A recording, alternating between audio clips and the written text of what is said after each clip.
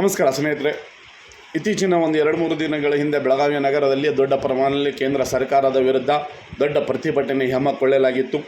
Petrol, diesel ಬೆಲೆ ಪ್ರತಿಯೊಂದು ಬೆಲೆಗಳ ವಿರುದ್ಧವಾಗಿ ಕಾಂಗ್ರೆಸ್ ಪಕ್ಷದ ವತಿಯಿಂದ ಕೇಂದ್ರ ಸರ್ಕಾರದ ವಿರುದ್ಧವಾಗಿ ಒಂದು ಪ್ರತಿಭಟನೆ ಹಮ್ಮಿಕೊಳ್ಳಲಾಗಿದ್ದು, ಅದರಲ್ಲಿ ಮಾನ್ಯ ಮುಖ್ಯಮಂತ್ರಿಗಳಾದ ಸಿದ್ದರಾಮಯ್ಯ ಸಾಹೇಬರು ಹಾಗೂ ಉಪಮುಖ್ಯಮಂತ್ರಿಗಳಾದ ಡಿ.ಕೆ. ಶಿವಕುಮಾರ್ ಸಾಹೇಬರು, ಬೆಳಗಾವಿ ಜಿಲ್ಲಾ ಉಸ್ತುವಾರಿ ಮಂತ್ರಿಗಳಾದ ಸತೀಶ್ ಜಾರಕಿಹೊಳಿ ಅವರು, ಮಹಿಳಾ ಮತ್ತು ಮಕ್ಕಳ ಕಲ್ಯಾಣ ಸಚಿವರಾದ ಲಕ್ಷ್ಮೀ ಹೆಬ್ಬಾಳ್ಕರ್ ಅವರು ಮತ್ತು ಸಮಾಜ ಕಲ್ಯಾಣ ಸಚಿವರಾದ ಎಸ್.ಸಿ. ಮಹದೇವಪ್ಪ ಅವರು, ಪ್ರವಾಸೋದ್ಯಮ ಹಾಗೂ ಕಾನೂನು ಸಚಿವರಾದ ಎಚ್.ಕೆ. ಪಾಟೀಲ್ ಅವರು, ಮತ್ತು ಕನ್ನಡ ಮತ್ತು ಸಂಸ್ಕೃತಿ ಇಲಾಖೆಯ ಸಚಿವರಾದ ಶಿವರಾಜ್ ತಂಗಡಗಿ ಅವರು, ಹಲವಾರು ಸಚಿವರು ಹಾಗೂ ರಾಷ್ಟ್ರ ಮಟ್ಟದ ನಾಯಕರಾದ AICC ಪ್ರಧಾನ ಕಾರ್ಯದರ್ಶಿ ಸುರ್ಜೇವಾಲಾ ಅವರು, ಹೀಗೆ ಹಲವಾರು ನಾಯಕರುಗಳು ಆ ಪ್ರತಿಭಟನೆಯಲ್ಲಿ ಪಾಲ್ಗೊಂಡಿದ್ದ ಸಂದರ್ಭದಲ್ಲಿ ಮುಖ್ಯಮಂತ್ರಿಗಳು ಮಾತನಾಡ್ತಾ ಇದ್ದರು. ಕೊನೆಗೆ ಆ ಮಾತನಾಡುತ್ತಾ ಇರುವ ಸಂದರ್ಭದಲ್ಲಿ ಆರಂಭ ಮಾಡಿದ ಕೆಲವು ನಿಮಿಷಗಳ ನಂತರ ಅಲ್ಲಿ ಇದ್ದಂತಹ ಕೆಲವು ಹೆಣ್ಣುಮಕ್ಕಳು ಆ ಕಪ್ಪ ಬಟ್ಟೆಯನ್ನು ಪ್ರದರ್ಶಿಸಿದರು. ಆ ಕಪ್ಪ ಬಟ್ಟೆಯನ್ನು ಪ್ರದರ್ಶಿಸಿದ ಸಂದರ್ಭದಲ್ಲಿ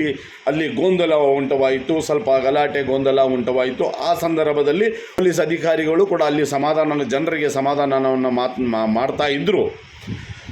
ಆ ಹೆಣ್ಮಕ್ಕಳು ಸ್ಕಾಪಲ್ಲಿ ಬಂದಿರೋದ್ರಿಂದ ಅಲ್ಲಿ ಇದ್ದಂತಹ ಪೊಲೀಸ್ ಸಿಬ್ಬಂದಿಗಳಿಗೆ ಗೊತ್ತಾಯಿತೋ ಗೊತ್ತಿಲ್ಲ, ಅವರು BJP ಅವರೋ ಏನು ಅನ್ನೋಂಥದ್ದು ಗೊತ್ತಾಗಿರಲಿಲ್ಲ ಅನಿಸುತ್ತೆ. ವೈಫಲ್ಯ, ಅಲ್ಲಿದ್ದಂತಹ ಕೆಲವು ಸಿಬ್ಬಂದಿಗಳ ವೈಫಲ್ಯತೆಯಿಂದ ಆ ಗೊಂದಲ ಗೂಡುವಾಯಿತು. ಇದಕ್ಕೆ ಮುಖ್ಯವಾಗಿ ಕಾರಣ ಅಲ್ಲಿ ನಡೆದಂಥ ಕಪ್ಪಬಾಟ ಪ್ರದರ್ಶನಕ್ಕೆ ಮೂಲ ಕಾರಣ BJPಯ ಹೊಣೆ. BJPಯ ಕೆಲವೊಂದು ಬೆಳಗಾವಿಯ ಜಿಲ್ಲೆಯ ಹಾಗೂ ಬೆಳಗಾವಿಯ ನಗರ BJPಯ ಕೆಲವೊಂದು ನಾಯಕರುಗಳೇ ಇವರಿಗೆ ಮುಂದೆ ಬಿಟ್ಟಿರಬಹುದು ಅಂತ ಹೇಳಿ ಶಂಕಿಸಲಾಗಿದೆ. ಹೌದು, ನೀವು ಈ ಹೆಣ್ಮಕ್ಕಳಿಗೆ ಕಪ್ಪ ಬಾವುಟವನ್ನು ಪ್ರದರ್ಶನ ಮಾಡೋದಕ್ಕೆ ಅಲ್ಲಿ ಕಳಿಸ್ತಾ ಇದ್ದಿದ್ದರೆ ಇದೆಲ್ಲ ಗೊಂದಲ ಘಟನೆ ನಡೀತಾ ಇರಲಿಲ್ಲ. ಮುಖ್ಯಮಂತ್ರಿಗಳು ಮಾತನಾಡುವಂಥ ಸಂದರ್ಭದಲ್ಲಿ ಅಲ್ಲಿ ಎದುರುಗಡೆ ಇದ್ದಂತಹ ನಮ್ಮ ಬೆಳಗಾವಿಯ ಜಿಲ್ಲೆಯಲ್ಲಿ ಡ್ಯೂಟಿ ಮಾಡಿದಂತಹ ನಮ್ಮ ಒಬ್ಬ ದಕ್ಷ ಅಧಿಕಾರಿಗಳು ಅವರು ಇತ್ತೀಚೆಗೆ ನಮ್ಮ ಬೆಳಗಾವಿಯ ಧಾರವಾಡ ಜಿಲ್ಲೆಯಲ್ಲಿ ಅಡಿಷನಲ್ SP ಆಗಿ ಸೇವೆಯನ್ನು ಸಲ್ಲಿಸ್ತಾ ಇದ್ದಾರೆ. ಅವರಿಗೆ ಅಲ್ಲಿ ಕರೆದು ಸಿಟ್ಟನ್ನು ಮಾಡಿದರು ಮಾನ್ಯ ಮುಖ್ಯಮಂತ್ರಿಗಳು. ಆ ಸಿಟ್ಟು ಮಾಡಿದ ಒಂದೇ ಒಂದು ನೆಪವನ್ನು ಇಟ್ಟುಕೊಂಡು ಈ ಕೆಲವೊಂದು BJP ನಾಯಕರುಗಳು ಅಪಪ್ರಚಾರನ ಮಾಡೋದಕ್ಕೆ ಹೊರಟಿದ್ದಾರೆ, ಅಪಪ್ರಚಾರನ ಮಾಡ್ತಾ ಇದ್ದಾರೆ. ಮಾನ್ಯ ಮುಖ್ಯಮಂತ್ರಿಗಳು ಪೊಲೀಸ್ ಅಧಿಕಾರಿಗಳ ಮೇಲೆ ಹಲ್ಲೆ ಮಾಡೋಕ್ಕೆ ಹೊಡೆಯೋದಕ್ಕೆ ಹೋದರು, ರಾಜೀನಾಮೆ ಕೊಡಿ ಅಂತ ಹೇಳಿ. ಆದರೆ ಅದಕ್ಕಿಂತ ಮೊದಲು ಏನು ಮಾತನ್ನು ಹೇಳ್ತಾ ಇದ್ದಾರೆ, ಅವರೇ ರಾಜೀನಾಮೆ ಕೊಡಬೇಕಾಗುತ್ತೆ. ಆದರೆ ಇದನ್ನು ಯಾಕೆ ಹೇಳ್ತಾ ಇದ್ದೀನಿ ಅಂದರೆ, ಇಲ್ಲಿ ನಮ್ಮ ಬೆಳಗಾವಿ ನಗರದ ಒಬ್ಬ ಶಾಸಕರು, ದಕ್ಷಿಣ ಮತಕ್ಷೇತ್ರದ ಶಾಸಕರಾದ BJPಯ ಶಾಸಕರಾದ ಅಭಯ್ ಪಾಟೀಲ್ ಅವರು ಹಲವಾರು ಪೊಲೀಸ್ ಅಧಿಕಾರಿಗಳ ಮೇಲೆ ಹಾಗೂ ಇಂಜಿನಿಯರ್ಗಳ ಮೇಲೆ ದರ್ಪವನ್ನು ತೋರಿಸಿದ್ದು ಬಹಳ ಉದಾಹರಣೆಗಳು ಇದ್ದಾವೆ. ಹಿಂದೆ ಮತ್ತು ಇತ್ತೀಚೆಗೆ ಒಬ್ಬ ನಮ್ಮ ಅಶೋಕ್ ಅವರು ವಿರೋಧ ಪಕ್ಷದ ನಾಯಕರುಗಳು ಯಾವುದೋ ಒಂದು ಬೆಂಗಳೂರಲ್ಲಿ ಯಾವುದೋ ಒಂದು ಪ್ರತಿಭಟನೆ ಮಾಡುವಾಗ ಜೋರಾಗಿ ಕಿರ್ಚಾಡಿ, ಏನು ಮಾಡ್ತಾಯಿದ್ದೀರಾ, ನನ್ನ ಮೇಲೆ ಹೆಂಗೆ ತೊಡೋಕೆ ಬರ್ತೀರಾ, ನಿಮಗೆ ಬಿಡೋದಿಲ್ಲ, ನಿಮಗೆ ಇದು ಮಾಡ್ತೀನಿ, ಬರೆದು ಕೊಡಿ, ಅದು ಕೊಡಿ, ಏನೇನೋ ದೊಡ್ಡದಾಗಿ ಹೇಳಿ ಪೊಲೀಸ್ ಅಧಿಕಾರಿಗಳ ಮೇಲೆ ಕೈ ಮಾಡೋಕ್ಕೆ ಹೋದರು, ಹೊಡೆಯೋದಕ್ಕೂ ಹೋದರು. ಅದನ್ನು ಏನು ನಮ್ಮ ವಿರೋಧ ಪಕ್ಷದ ನಾಯಕರುಗಳು ಏನು ಮಾತನಾಡ್ತಾ ಇದ್ದಾರಲ್ಲ, ಅದನ್ನೆಲ್ಲ ಇದು ಮಾಡಬೇಕಾದ್ರೆ ಈ ಶಾಸಕರುಗಳು ಎಲ್ಲೋಗಿದ್ರು ಗೊತ್ತಿಲ್ಲ, ಅಭಯ್ ಪಾಟೀಲ್ ಸಾಹೇಬರು ಎಲ್ಲಿದ್ದರೂ ಗೊತ್ತಿಲ್ಲ. ಅದನ್ನು ವಿರುದ್ಧ ವ್ಯಕ್ತಪಡಿಸೋಕೆ ಈ BJP ಅವರಿಗೆ ನಾಲ್ಗೆ ಇರಲಿಲ್ಲ. ಯಾಕಂದರೆ ಅವ್ರನ್ನ ವಿರೋಧ ಪಕ್ಷದ ನಾಯಕರಲ್ವಾ ಮಾತಾಡಿದ್ದು, ಹಾಗಾಗಿ ಅವರು ಅದನ್ನು ಮಾತನಾಡೋಕ್ಕೆ ಹೋಗಿರಲಿಲ್ಲ ಅನಿಸುತ್ತೆ. ಹೋಗಲಿ, ಅವ್ರು ಮಾಡಿದ್ದೇ ಅವ್ರಿಗೆ ದೊಡ್ಡದು ಸಾಧನೆ ಅಂತ ಅವ್ರು ತಿಳ್ಕೊಂಡಿದ್ದಾರೆ. ಮತ್ತು ಅದೇ ರೀತಿ ನಮ್ಮ ದಕ್ಷಿಣ ಮತಕ್ಷೇತ್ರದ ಶಾಸಕರಾದ ನಮ್ಮ ಅಭಯ್ ಪಾಟೀಲ್ ಅವರು ಹಿಂದೆ ಹಲವಾರು ಅಧಿಕಾರಿಗಳು, ಅಂದರೆ ಉದಾಹರಣೆ ಕೊಡ್ತೀನಿ, Shivaputrappa Kanagavi, chief engineer irrigation department, ಇವರ ಮೇಲೆ ಹಲ್ಲೆ ಮಾಡಿದರು, ಇವರಿಗೆ ಹೊಡೆಯೋದಕ್ಕೆ ಹೋಗಿದ್ರು, ಏನೇನೋ ಗಲಾಟೆ ಆಯಿತು. ಆ ಸಂದರ್ಭದಲ್ಲಿ ನೆನಪಿಸ್ಕೊಡ್ತಾ ಇದ್ದೀನಿ ಮಾನ್ಯ ಶಾಸಕರುಗಳಿಗೆ, ನಮ್ಮ ಅಭಯ್ ಪಾಟೀಲ್ ಸಾಹೇಬರಿಗೆ. ಯಾಕಂದರೆ ನೀವು ಮಾನ್ಯ ಮುಖ್ಯಮಂತ್ರಿಗಳು ಏನು ದೌರ್ಜನ್ಯ ನಡೀತಿದೆ, ಅವ್ರಿಗೆ ಇದೇನು ಸರ್ಕಾರ, ಯಾವ ಥರ ಸರ್ಕಾರ, ಏನು ಮಾಡ್ತಾಯಿದ್ರಿ, ಹೀಗೆಲ್ಲ ತುಂಬಾ ಮಾತಾಡ್ತಾ ಇದ್ದೀರಾ ಮುಂದೆ ಬಂದು, ಅದನ್ನು ನನಗೆ ವಿವರಿಸ್ತಾ ಇದ್ದೀನಿ ಶಾಸಕರೇ.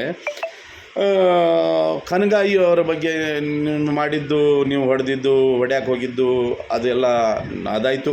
ಓಕೆ, ಕನಗಾಯಿ ಒಬ್ಬ ಚೀಫ್ ಇಂಜಿನಿಯರ್ ಆಯಿತು. ಹಲ್ಗಿ ಅಂಥೇಳಿ ಒಬ್ಬರು ಇಂಜಿನಿಯರ್ ಏನೋ, ಕಾರ್ಪೊರೇಷನ್ದ ಎಕ್ಸಿಕ್ಯೂಟಿವ್ ಇಂಜಿನಿಯರ್ ಏನೋ, ಅವ್ರ ಮೇಲೇನೋ ಒಂದು ಸರ್ತಿ ದರ್ಪನ್ನು ತೋರಿಸಿದ್ದು, ಅದು ಸ್ವಲ್ಪ ಮಾಧ್ಯಮದ ಮುಖಾಂತರ ಕೆಲವೊಂದು ಪ್ರಚಾರ ಆಗಿದ್ದು ಸುದ್ದಿಗಳನ್ನು ನೋಡಿದ್ದು ಆವಾಗ ನೆನಪಿದೆ.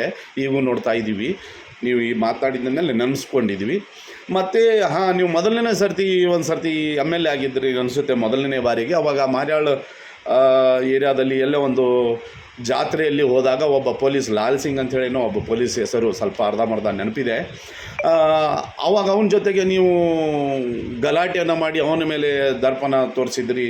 ಅದನ್ನು ಮರೆತು ಹೋಯ್ತಾ ಸಾಹೇಬ್ರೆ, ಅಭಯ್ ಪಾಟೀಲ್ ಸಾಹೇಬ್ರೆ? ಅದು ಮರೆತು ಬಿಟ್ರಾ? ಮತ್ತು ನಮ್ಮ ಸಂದೀಪ್ ಪಾಟೀಲ್ ಸಾಹೇಬರು ಹಿಂದೆ SP ಇದ್ದಾಗ ಅವಾಗೂ ಕೂಡ ತುಂಬಾ ಅವರಿಗೆ ಅಧಿಕಾರದ ಅಲ್ಲಿ ಕೆಲಸನೇ ಮಾಡೋಕ್ಕೆ ಕೊಡ್ದಾರಂಗೆ ಮೇಲಿನ ಮೇಲೆ ದರ್ಪ ತೋರಿಸುವಂಥದ್ದು ನಿಮ್ಮದು ವರ್ತನೆ ನಡೀತಾ ಇತ್ತು. ಆ ಸಂದರ್ಭದಲ್ಲಿ ಬೇಸತ್ತು ಹೋಗಿದ್ದರು ಕೆಲವೊಂದು ಅಧಿಕಾರಿಗಳು. ಆವಾಗ ನಿರಂಜನ್ ಪಾಟೀಲ್ ಅಂತೇಳಿ ಒಬ್ಬರು CPI ಅನಿಸುತ್ತೆ, ಅವ್ರ ಮೇಲೇನೂ ನೀವು ತಾವು ದರ್ಪವನ್ನು ತೋರಿಸಿದ್ರಿ. ಮತ್ತು ಹಿಂಗೆ ಹಲವಾರು ಉದಾಹರಣೆಗಳಿದ್ದಾವೆ. ಮತ್ತು ಹಲವಾರು ಜನರು ಮತ್ತು ಚೇಂಬರ್ ಆಫ್ ಕಾಮರ್ಸ್ ಅಧ್ಯಕ್ಷ ಇದ್ದವ್ರಿಗೇನು ನೀವೇನು ಹೊಡ್ಯಕ್ಕೆ ಹೋಗಿದ್ರು, ಏನು ಹೊಡ್ಯಕ್ಕೆ ಹೋಗಿದ್ರು, ಅದು ಒಂದು ಸ್ವಲ್ಪ ಪ್ರಚಾರ ಆಗಿತ್ತು. ಅದನ್ನು ನೋಡಿದ ನೆನಪಿದೆ. ನೀವು ಇಷ್ಟೆಲ್ಲ ಮಾಡಿದ್ದೀರಾ, ಮಾಡಿಕೊಂಡು ನಂತರ ಈಗ ಮುಖ್ಯಮಂತ್ರಿಗಳು ಹೇಳುವಂಥದ್ದು ನಿಮಗೆ ಅಂಥ ನೈತಿಕತೆ ಹಾಕಿದ್ದೀರಿ. ನೀವು ಹೇಗೆ ಮುಖ್ಯಮಂತ್ರಿಗಳು ಅವರ ಬಗ್ಗೆ ಮಾತನಾಡ್ತೀರಾ? ಈ ರಾಜ್ಯದಲ್ಲಿ ಇದು ತಗ್ಲಕ್ ಸರ್ಕಾರ, ಪಾಕಿಸ್ತಾನ ಸರ್ಕಾರ ಅಂತ ಏನು ಮಾತನಾಡ್ತಾ ಇದ್ದೀರಾ? ನಿಮ್ಮ ಪಾಕಿಸ್ತಾನ ಬಿಟ್ಟು ಬೇರೆ ಅಭಿವೃದ್ಧಿ ಡೆವಲಪ್ಮೆಂಟ್ ಬಗ್ಗೆ ಮಾತಾಡುವಂಥದ್ದು ಏನಾದರೂ ನೈತಿಕತೆ ಇಲ್ವಾ ನಿಮಗೆ?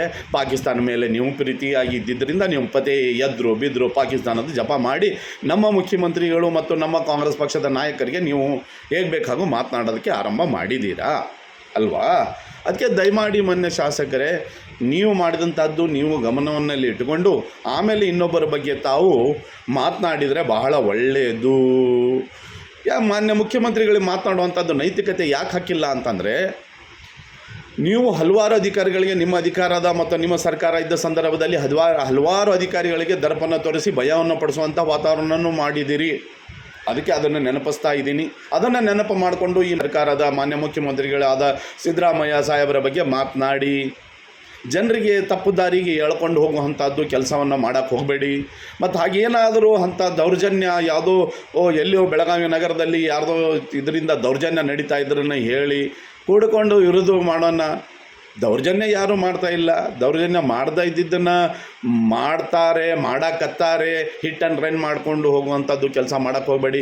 ಇತ್ತೀಚೆಗೆ ನೀವು ವಿಧಾನಸೌಧದಲ್ಲಿಯೂ ಕೂಡ ಪೊಲೀಸ್ ಅಧಿಕಾರಿಗಳು ಪೊಲೀಸ್ ಸ್ಟೇಷನ್ಗಳಲ್ಲಿ ರಿಯಲ್ ಎಸ್ಟೇಟು ಕೆಲವೊಂದು MLAಗಳು ಮತ್ತು ಕೆಲವೊಂದು ಮಂತ್ರಿಗಳ PAಗಳು ದರ್ಬಾರ್ ನಡೀತಿದೆ ಅಂತ ನೀವೆಲ್ಲ ಹೇಳಿದ್ದೀರಾ. ಅಲ್ಲಿಯೂ ಹೇಳಿದ್ದೀರಾ, ಅದು ವಿಧಾನಸೌಧದಲ್ಲೇ ನೀವು ಧ್ವನಿ ಎತ್ತಿದ್ದೀರಾ. ಇಲ್ಲಿ ಅಂತೂ ಯಾವುದೋ ಹಾಗೇನೋ ಕಂಡು ಬಂತಂದರೂ ಕೂಡ ನಮಗೆ ಅದನ್ನು ನಾವಂತೂ ಯಾವುದೂ ಇನ್ನೂವರೆಗೂ ಅಂಥದ್ದು ಮಾಧ್ಯಮ ಮುಖಾಂತರ ನೋಡೋಕ್ಕೆ ಹೋಗಿರಲಿಲ್ಲ. ನಿಮ್ಮ ಹೇಳಿಕೆ ಮುಖಾಂತರ ನಮಗೆ ಗೊತ್ತಾಗ್ತಾ ಇದೆ ಹೀಗೂ ನಡೀತಾ ಇದೆ ಅಂತ ಹೇಳಿ. ಆದರೆ ಒಂದೇ ಒಂದು ಹಾಗೇನೋ ಇತ್ತಂದರೂ ಕೂಡ ಹಿಟ್ ಆ್ಯಂಡ್ ರನ್ ಮಾಡೋಕ್ಕಿಂತ ಭಾಳ ಒಳ್ಳೆಯದು ಸ್ವಲ್ಪ ನೀವು ಮಾಡಿದಂಥ ನಿಮ್ಮ ತಪ್ಪುಗಳನ್ನು ತಿಳ್ಕೊಂಡು ಆಮೇಲೆ ಮತ್ತು ಈಗಿನ ಸರ್ಕಾರದ ಇನ್ನೊಬ್ಬರು ಮಂತ್ರಿಗಳ ಬಗ್ಗೆ ಆಗಲಿ ಮುಖ್ಯಮಂತ್ರಿಗಳ ಬಗ್ಗೆ ಆಗಲಿ ಮಾತನಾಡೋ ಅಂಥದ್ದು ನೋಡಿಕೊಂಡು ಮಾತನಾಡಿ ಅಂತ ಹೇಳುತ್ತಾ, ಪ್ರತಿಭಟನೆ ಮಾಡೋಕ್ಕೆ ಪ್ರತಿಯೊಬ್ಬರದ್ದು ಹಕ್ಕಿದೆ. ನಮಗೂ ಇದೆ, ನಿಮಗೂ ಇದೆ, ಎಲ್ಲರಿಗೂ ಇದೆ. ಪ್ರತಿಭಟನೆ ಮಾಡೋಣ. ಆದರೆ ನೀವು ಅಲ್ಲಿ ಆ ಸಮಾವೇಶಕ್ಕೆ ಆ ಹೆಣ್ಮಕ್ಕಳನ್ನು ಕಳಿಸಿದ್ದು ಮಹಾ ದೊಡ್ಡ ತಪ್ಪು. ಆ ಹೆಣ್ಮಕ್ಕಳಿಗೆ ಕಳಿಸೋದಕ್ಕೆ ನೀವು ಪ್ರಚೋದನಕಾರಿ ಇಲ್ಲದೆ ನಿಮ್ಮ ಅಲ್ಲಿ ಕೆಲವೊಂದು BJP ನಾಯಕರ ಗೈಡ್ನೆಸ್ ಇಲ್ಲದೆ ಅವರು ಅಲ್ಲಿ ಬರೋಕ್ಕೆ ಅಸಾಧ್ಯ. ಅಲ್ಲಿ ಬಂದು ಕಾಂಗ್ರೆಸ್ ಸಮಾವೇಶದಲ್ಲಿ ಬಂದು ಕಪ್ಪು ಬಾವುಟವನ್ನು ತೋರ್ಸೋಕ್ಕೆ ಪ್ರದರ್ಶನ ಮಾಡೋದಕ್ಕೆ ಮೂಲ ಕಾರಣ BJP ನಾಯಕರು ನೀವೇ ಹೊಣೆಗಾರ ಆಗುತ್ತೆ. ನೀವು ಇಷ್ಟೆಲ್ಲ ಮಾಡಿದ್ದಕ್ಕಾಗಿ ಅಷ್ಟೆಲ್ಲ ಘಟನೆ ನಡೀತು. ನೀವು ಮಾಡದೇ ಇದ್ದರೆ ಕೂಡ ನಮ್ಮ ಕಾರ್ಯಕ್ರಮ ಯಶಸ್ವಿಯಾಗಿ ಇನ್ನೂ ದೊಡ್ಡ ನಿಮ್ಮ ಕೇಂದ್ರ ಸರ್ಕಾರದ ವಿರುದ್ಧ ಇನ್ನೂ ನಾವು ಧ್ವನಿ ಎತ್ತೋದಕ್ಕೆ ಇನ್ನೂ ಜಾಸ್ತಿ ನಾವು ಪ್ರಯತ್ನಗಳನ್ನು ಮಾಡಿ ಜನರಿಗೆ ತೋರಿಸ್ಕೊಡ್ತಿದ್ದು ತಪ್ಪುಗಳು ಯಾರದು, ಯಾರ ಕಾಲದಲ್ಲಿ ಎಷ್ಟು ತುಟ್ಟಿ ಆಯಿತು, ಎಷ್ಟು ಸವಿ ಆಯಿತು ಅನ್ನೋಂಥದ್ದು ಜನ ಎಲ್ಲ ನೋಡ್ತಾ ಇದ್ದಾರೆ. ಆದರೆ ನಿಮ್ಮ ಮಾತುಗಳನ್ನು ಕೇಳ್ತಾ ಇದ್ದಾರೆ. ಮಾನ್ಯ ಶಾಸಕರೇ, ನೀವು ಏನೋ ಮಾತನಾಡಬೇಕಾತಂದ್ರೂ ಕೂಡ ಮಾನ್ಯ ಮುಖ್ಯಮಂತ್ರಿಗಳು ಅವರ ಬಗ್ಗೆ 100 ಸರ್ತಿ ಯೋಚನೆ ಮಾಡಿ ತಾವು ನಿಮ್ಮ ತಪ್ಪುಗಳನ್ನು ಕೂಡ ನೀವು ನೆನಪು ಮಾಡಿಕೊಂಡು ಆಮೇಲೆ ನೀವು ಬನ್ನಿ ಮಾತನಾಡೋದಕ್ಕೆ ಅಂತ ಹೇಳುತ್ತಾ ನನ್ನ ಮಾತನ್ನು ಮುಗಿಸುತ್ತೇನೆ. ಜೈ ಹಿಂದ್, ಜೈ ಕರ್ನಾಟಕ.